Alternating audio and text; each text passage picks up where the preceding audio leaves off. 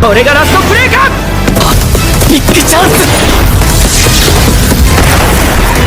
いや、俺がいる。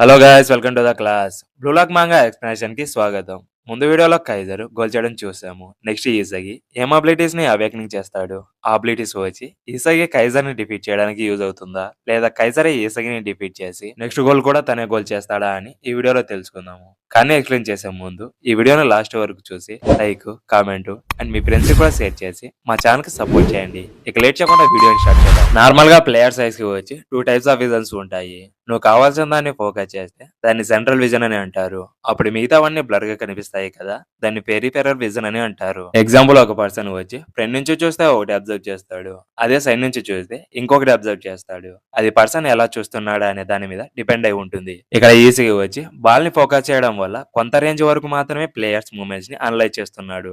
ఒకవేళ బాల్ ని ఫోకస్ చేయకుండా సైడ్ వ్యూ నుంచి అపోనెంట్స్ ఎవరు, ఎక్కడ ఉన్నారు, ఏం చేస్తున్నారు, ఇలా డేటాని కలెక్ట్ చేయడం వల్ల ఫీల్డ్ లో ఉన్న ప్రతి ప్లేయర్స్ మూవ్స్ ని, మిస్టేక్స్ ని, ఓపెనింగ్స్ ని చూసి కైజర్ అపోనెంట్స్ ని ఈజీగా డిఫీట్ చేస్తున్నాడు.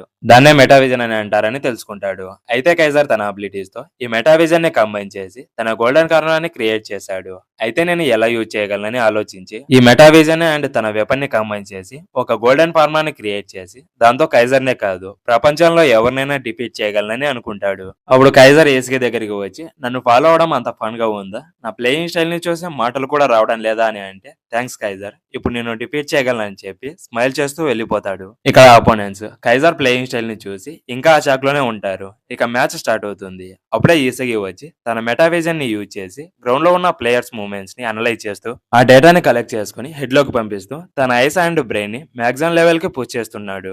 ఇక రేవా అండ్ ఆగి వచ్చి పాస్ చేసుకుంటూ ముందుకు వెళ్తూ ఉంటారు. ఇక్కడ ఈజీగా వచ్చి ఆల్ ఇన్ఫర్మేషన్ ని ఒకేసారి కలెక్ట్ చేసుకోవడం వల్ల తన బ్రెయిన్ వచ్చి ఒక న్యూ సెన్సేషన్ ని ఫీల్ అవ్వడం స్టార్ట్ చేస్తుంది. అది ఈజీగా కూడా ఫీల్ అవుతాడు. ఇప్పుడు ఇంకా క్లియర్ గా తన team players and opponents movements ని అనలైజ్ చేస్తాడు.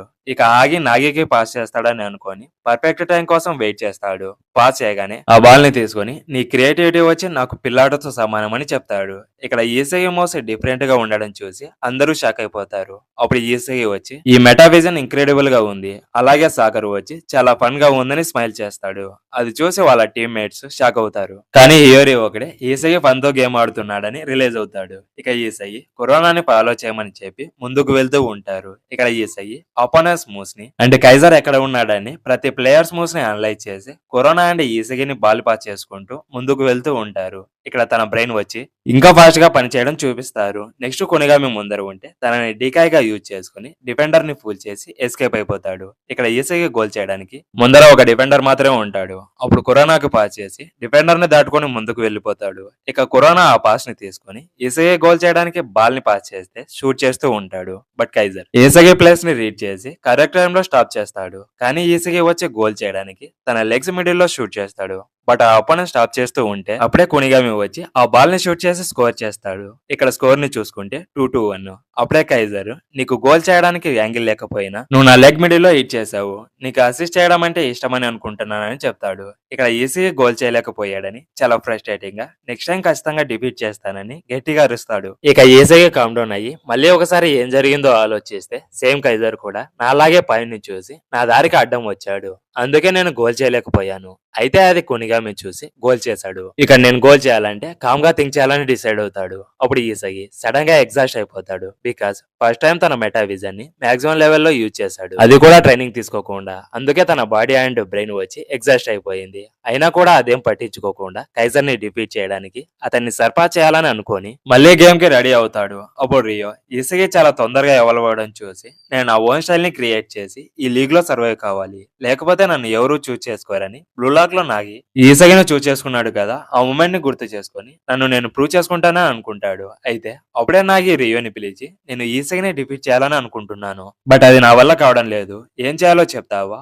ఆగి ఈ క్రియేటివ్ స్టైల్ ని నేర్పిస్తుంటే ఫుట్బాల్ అంతా ఫన్ గా ఏం లేదని చెప్తాడు. బట్ రియో వచ్చి దానికి నేనేం చేయలేను, నువ్వు ఈసగిని బీట్ చేయాలంటే ఆగి అండ్ మాస్టర్ చెప్పింది చేస్తే నువ్వు ఈసగిని బీట్ చేయగలవని చెప్పి అక్కడ నుంచి వెళ్ళిపోతూ ఉంటాడు. అప్పుడు నాగి ప్లీజ్ రియో, ఈసగిని బీట్ చేయాలంటే నాకు నీ హెల్ప్ కావాలని చెప్తే నేను కూడా ఇలాంటి పొజిషన్ లో ఉన్నప్పుడు నా ఫీలింగ్స్ నువ్వు అర్థం చేసుకున్నావా? లేదు, అందుకే నేను నా ఓన్ గా ఫైట్ చేయాలని డిసైడ్ అయ్యాను. నువ్వు అలా మాట్లాడడం స్టాప్ చేయి, లేదంటే నా డిటర్మినేషన్ పోతుందని చెప్తే నువ్వు నన్ను తప్పుగా అర్థం చేసుకున్నావు. నువ్వు నన్ను ఫుట్బాల్ కి ఇన్వైట్ చేసినప్పటి నుంచి నీతో కలిసి ఫుట్బాల్ ఆడాను, అలాగే ఇద్దరం కలిసి వరల్డ్ కప్ ని విన్ అవ్వాలని ప్రామిస్ చేసుకున్నాము. అందుకే ఆ గోల్ ని రీచ్ అవ్వడం కోసము స్ట్రాంగ్ అవ్వాలని ఈసగితో టీమప్ అయ్యాను. అలాగే ఆగే అండ్ ప్రిన్స్ నుంచి నేర్చుకుని స్ట్రాంగ్ అవుదామని ఇంగ్లాండ్ ని చూస్ చేసుకున్నాను. ఇప్పుడు నువ్వు స్ట్రాంగ్ కాబట్టి నువ్వు నేను ఈసగిని బీట్ చేయొచ్చు అని చెప్తే దానికి రియో ఇది నీ ఈగోతో చెప్తున్నావా లేదా నిజంగానే చెప్తున్నావా అని అంటే రెండు కాదు, ఇది నా డ్రీమ్ అని చెప్తాడు. ఆ ఒక మాటతో రియో నాగితో కలిసి ఆడాలని అగ్రీ చేస్తాడు. నెక్స్ట్ కొనిగామి ఈసగితో పాస్ చేసినందుకు చాలా థ్యాంక్స్ అని చెప్పి